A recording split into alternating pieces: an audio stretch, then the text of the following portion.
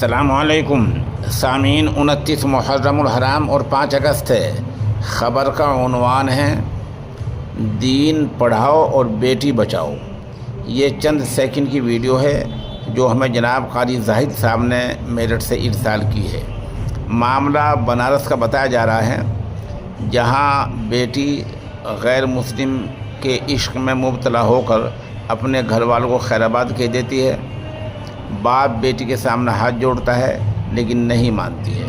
بتایا جا رہا ہے کہ کالج کی تعلیم کے دوران بیٹی گھر والوں کے سونے کے بعد اس لڑکے سے فیس بک پر واٹس ایپ پر بات کرتی تھی، دوستی پریم میں بدل گئی اور پھر مندر میں جا کر شادی کر لی۔